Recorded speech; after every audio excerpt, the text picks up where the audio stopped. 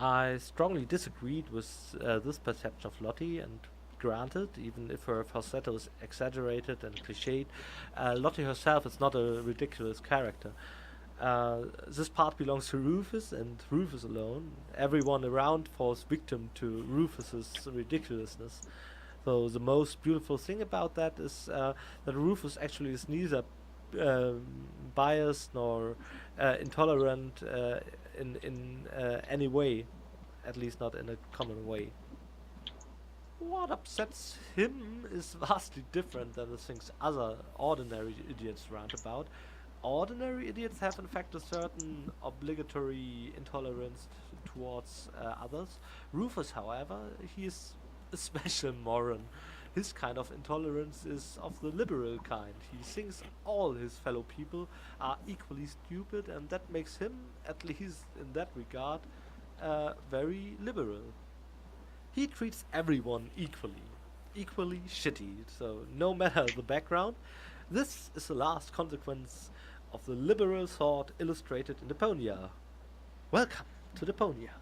My name is Pokey Pokinson.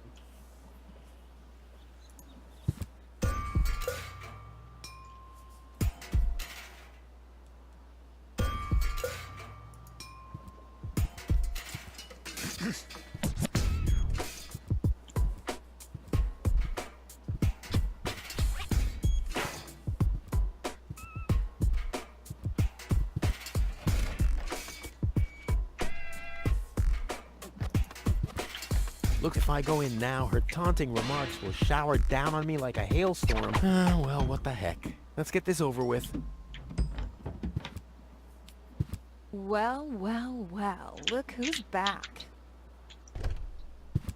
If it isn't Evel Knievel, the man who defied gravity, the conqueror of the sky, the wind jockey, the traveler on his way to the upper spheres. And yet, here he stands, right in front of me. Who'd have thought? Believe it or not, this time I really made it. I was on board an Organon cruiser. Its destination, Elysium. And then the longing for me became too much to bear. I had to choose a life of eternal bliss, which means far away from you, or saving a beautiful Elysian girl from a horrible death. Yeah, right. Rufus is doing a selfless deed. I would love to laugh, but my belly's still aching from when you were dragged through the junk. I'll show you. I'll wake the girl, and she'll take me to Elysium, and then you'll be sorry. You'll all be sorry. How's business? Like, when did that interest you ever? Who says I take an interest? I'm just being extremely polite. First and foremost, you have an extremely distorted view of yourself. Oh, that's because my reflection in the mirror is so blindingly bright. Ugh! Why so cranky? Why? You have destroyed my mailbox, devastated my backyard, gobbled down all my food supplies, and if I find out that the disappearance of my favorite pair of boots is connected in any way to the construction of your ridiculous escape pod, may God have mercy on your soul. I had to carry the black powder in some kind of vessel, didn't I? What? Nothing. I'd like to buy something. With what? Or did you get a job recently that I don't know anything about? I'll pay you back. Really. Oh!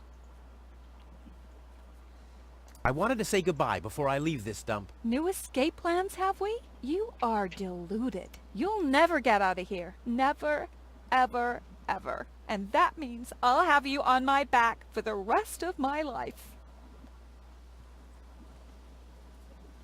What are those vouchers? They're gift vouchers. You hand them in at the post office, and they deliver the merchandise. Cool, I'll take them. Hey, hands off! What? They don't come free. I thought they were gift vouchers. Ugh. The first aid cabinet is locked. What? Did you injure yourself again? Not yet. Too bad. You know what? Tell me when you have. I'll have a good long laugh, and then I'll give you the key. What was that again about the gift vouchers? They're gift vouchers. You hand them in at the post office, and they deliver the merchandise. And no, you can't have them as a gift. Then why are they called gift vouchers? I've got to go. But here you still are. Weights, anchors, metal boots, hooks, all the things you need if you want to stay moored forever. Hands off my stuff. What? I'm just browsing. Browsing is what paying customers do. What you mean is driving me nuts.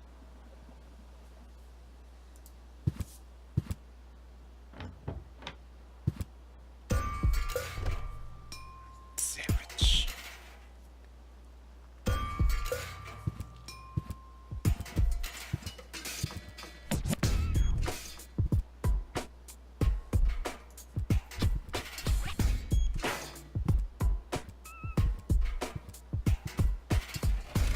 This is Wenzel's house. He'll be flabbergasted when he hears about my newest adventure. I bet he'll be pretty disgruntled because he decided not to come with me. He'll start shaking and get crying fits. Why am I not as cool and daring as you, Rufus? I also want to experience such great God, he's full of excitement. himself. But deep down in his heart, he knows that he just isn't cut out for this. He'll get seriously depressed. Oh boy, I really hope he's home. Wenzel! Hey, Rufus. Back already? That was really fast this time. Yeah. This time, I almost made it. Unfortunately, like so often, my human kindness got in my own way. Of course. That darn human kindness of yours. It's always getting into your way, right? Indeed. You never get anything done anymore. Well, there are just too many humans. They should all be Drowned in the Red Rust Sea. Exactly. that darn human kindness. By the way, thanks for all your stuff. What? Wait, isn't that my chest? Well, you said I could have your stuff if your plan works out. But, And your plan did work out. You just said so yourself, didn't you? yes, but...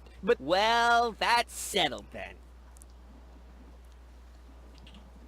Have you heard about that woman from Elysium? Who hasn't? This wouldn't have anything to do with you by any chance. Hey, you know me. Wherever there's a woman that needs rescuing, I'm there. You're right. There really does seem to be a connection. I was there when the girl fell from the sky. It's all right. I'm sure it was just an accident. No, you're getting this all wrong. I saved her. Of course you did. Don't you want to go to the town hall? To apply for giving shelter to the Elysian woman? The thought has crossed my mind. I even got a waiting number. But then I thought, what have I got to offer? Yeah, nothing. If I were rich or found a water vein, I might have a chance. But like this. By the way, you're holding up the line. So what? As long as I haven't found a water vein, I don't even have to show up. How the hell did you manage to open the trunk? Well, all you have to do is disengage the childproof lock. But the only thing in there was this weird stick. That's my father's divining rod. You think so? Legend has it that it always brought him luck. He found the water vein Kuvak's built on with this very rod. Yeah, well, if my father really always had that much luck, then why didn't he manage to take me along when he left Deponia? I haven't the slightest idea. Hey, maybe you can find water with the divining rod. And where, pray tell, would I start to look? In my basement? I should say that's highly improbable. Later. Exactly. Don't even think about it, Rufus. It's mine now. But it's a family heirloom. So, a gift is a gift. Boy, I can hardly wait to give it a try. Maybe I can find a well somewhere near. And once I'm rich, We'll split 50-50. I might lend you the rod for a couple of hours.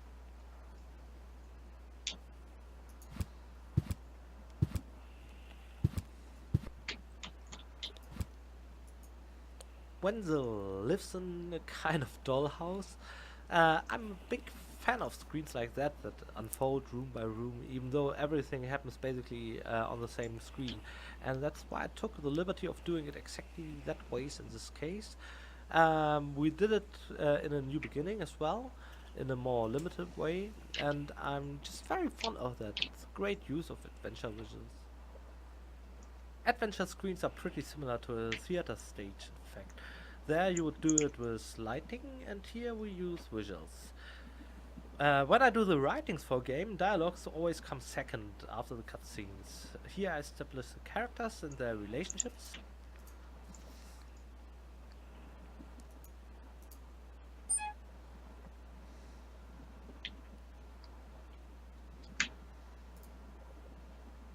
This doesn't have to be, waited on. Bada boom!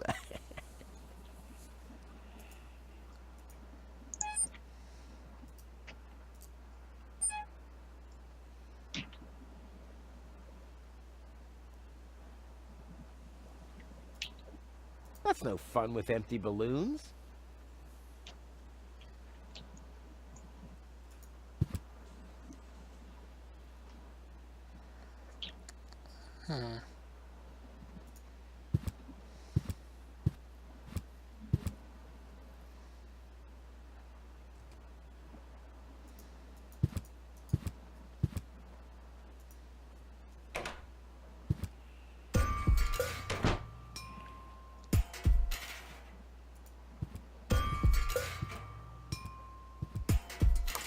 Hello? I want to report a crime. Hello? Great, Inspector Gizmo seems to be out. But as soon as you accidentally drop the town elder's cane in the cesspool, he's right behind you. I'll give it another try later.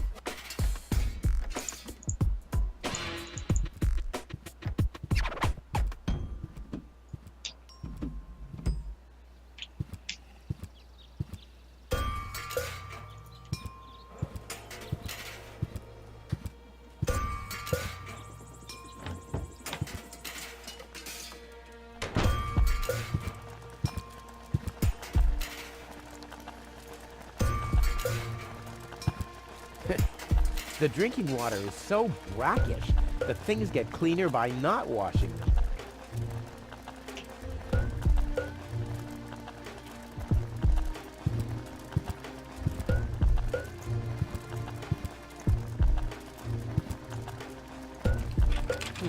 Locked.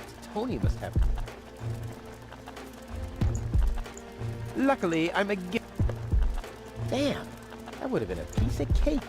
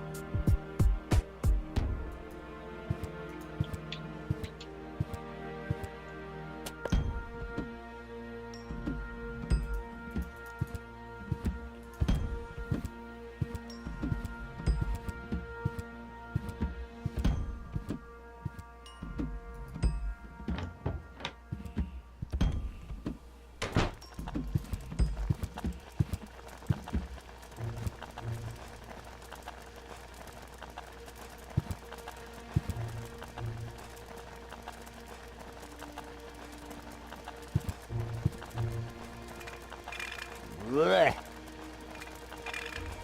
Nah, like all... It doesn't have to be siphoned. Never! And Tony is... Never! My inventory could burn, and Tony is not gonna...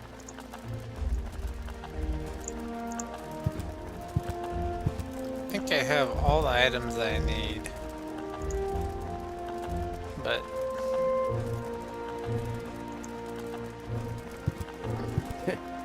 the drinking water... not too sure what to do next.